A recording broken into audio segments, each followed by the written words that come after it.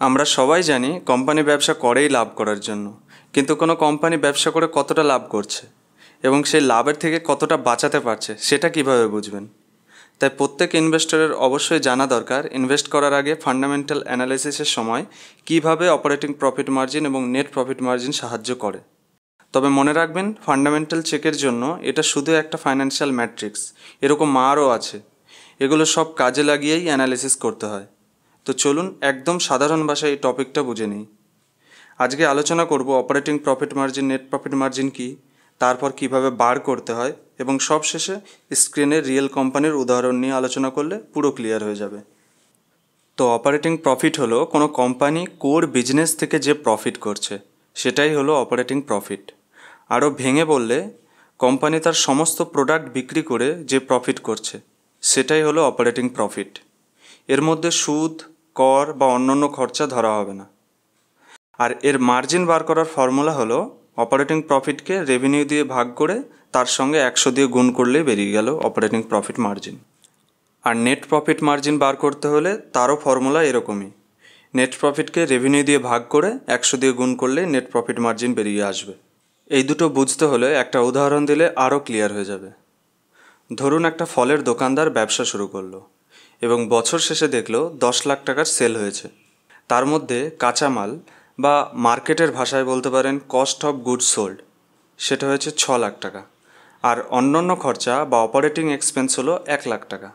এটা আপনি আসবাবপত্র বা কোনো মেশিন, কর্মচারীর বেতন এরকম কিছু ভাবুন। তারপর কিছু লোন নিয়েছিল ব্যবসা করার জন্য, তার ইন্টারেস্ট এলো 50,000 টাকা।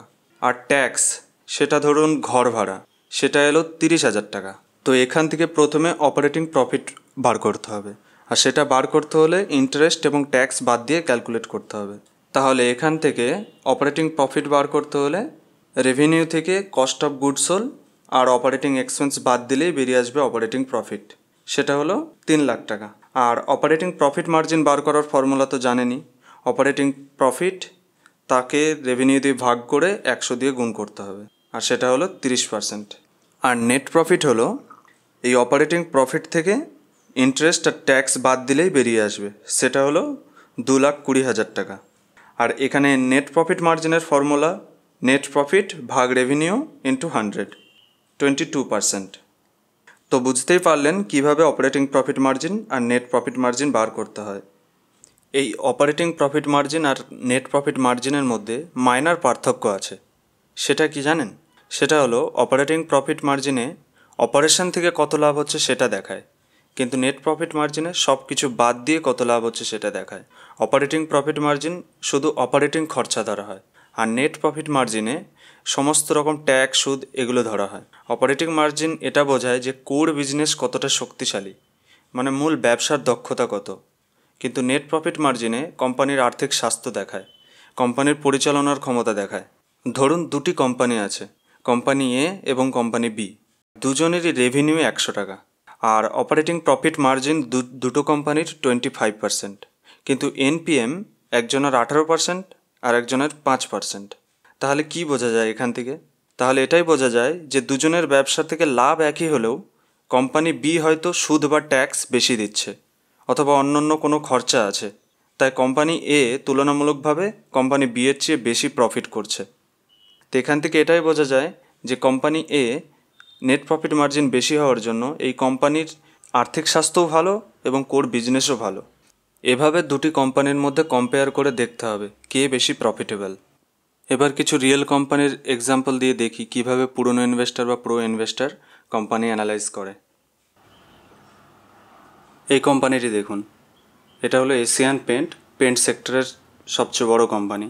এখানে অপারেটিং প্রফিট মার্জিন যদি দেখেন তাহলে এখানে প্রায় স্টেবল, 15 থেকে 25-এর মধ্যেই একদম স্টেবল আছে, যার কারণে অপারেটিং প্রফিটও কন্টিনিউয়াসলি বাড়ছে। আর যার কারণে আপনি শেয়ার প্রাইসে যদি দেখেন লং টার্মে, তাহলে সেটাও আপ ট্রেন্ড। তো অপারেটিং প্রফিট মার্জিন যত স্টেবল থাকবে কোম্পানির শেয়ার প্রাইসের পার্থক্য পড়বে এবং স্টেবল থাকবে। এইখানেই যদি আপনি পিআর কোম্পানিও দেখেন, সেম। বার্জার পেন্টে যদি আপনি দেখেন, এখানে তারই একটা পিআর কোম্পানি, সেম সেক্টরেরই, বার্জার পেন্ট, নাম হয়তো শুনেছেন। তারও operating profit margin almost stable, যার কারণে শেয়ার প্রাইস যদি দেখেন, শেয়ার প্রাইস আপ ট্রেন্ড। এই কোম্পানিটা দেখুন, অপারেটিং প্রফিট মার্জিন অলমোস্ট স্টেবলই আছে, কিন্তু মার্জিন কম, নেট প্রফিট মার্জিন খারাপ, যার কারণে কি হচ্ছে, প্রফিট তো করছে কিন্তু সেই প্রফিট টিকাতে পারছে না। এই যে নেগেটিভ, কন্টিনিউয়াসলি নেগেটিভ। এখন একটু প্রফিটে, কিন্তু সেটাও আপ ডাউন, আর যার কারণে আপনি যদি চার্ট দেখেন তাহলে সেটারও এই একই হাল, কোনো স্টেবল আপ ট্রেন্ড নেই। সেই কারণে operating profit margin always stable থাকতে হয়। আর এই কোম্পানিটা দেখুন, জেএসডব্লিউ স্টিল, এই কোম্পানিটিতে অপারেটিং প্রফিট মার্জিন স্টেবল, প্রফিটও অলমোস্ট স্টেবলই আছে। একটা বছর এখানে নেগেটিভ এসছে, এখানে প্রফিট দেখুন প্রায় পজিটিভে। আপ ডাউন হচ্ছে, যেহেতু স্টিল ইন্ডাস্ট্রিতে এরকমই হয়, কিন্তু যেহেতু অপারেটিং প্রফিট মার্জিন স্টেবল আর নেট প্রফিট মার্জিনও পজিটিভেই আছে, নেট প্রফিটও আছে, তো সেই কারণে চার্ট যদি দেখেন তাহলে সেটা আপ ট্রেন্ড। কোনো কোম্পানিতে যদি অপারেটিং প্রফিটের চেয়ে নেট প্রফিট মার্জিন বেশি দেখায়, সেটা ভালো ইঙ্গিত দেয় যে কোম্পানিতে হয়তো সুদের খরচ কমে যাচ্ছে। কিন্তু সতর্কও থাকতে হবে, কারণ এমনটাও হতে পারে যে কোম্পানি এটা ওয়ান টাইম গেইন করছে। কোম্পানি আদার ইনকাম বাড়লে এমনটা দেখায়, কিন্তু সেটা সাস্টেনেবল কিনা একজন প্রো ইনভেস্টর ভালোভাবে খতিয়ে দেখে। এই কোম্পানিতে দেখুন, অপারেটিং প্রফিট মার্জিন নেই বললেই চলে, কিন্তু নেট প্রফিট মার্জিন হাই, কারণ আদার ইনকাম থেকে কামিয়েছে, যেটা বারবার হবে কিনা সন্দেহ আছে। তাই লাস্ট 5 বছরে শেয়ার প্রাইস প্রায় কনসলিডেট করে যাচ্ছে। আবার যেমন অটোমোবাইল সেক্টরে প্রতিযোগিতা খুব, এখানে বেশিরভাগ কোম্পানি 10 থেকে 20%-এর মধ্যেই অপারেটিং প্রফিট মার্জিন দেখতে পাওয়া যায়। তো এই সেক্টরে যদি আপনি 20%-এর ওপরে বা কাছাকাছি কোম্পানি পান, তাহলে ভালোভাবে অ্যানালাইজ করে নিবেশ করতে পারেন। আর এভাবেই বিভিন্ন সেক্টরের তুলনা করে ভেবেচিন্তে দেখতে হবে কোন কোম্পানি প্রফিটেবল আছে এবং লং রানে কোম্পানি টিকে থাকতে পারে। আশা করি বুঝতে পেরেছেন কিভাবে অপারেটিং প্রফিট মার্জিনকে কাজে লাগিয়ে ভালো কোম্পানি বাঁচবেন। আর ভিডিও ভালো লাগে থাকলে পাশে থাকবেন।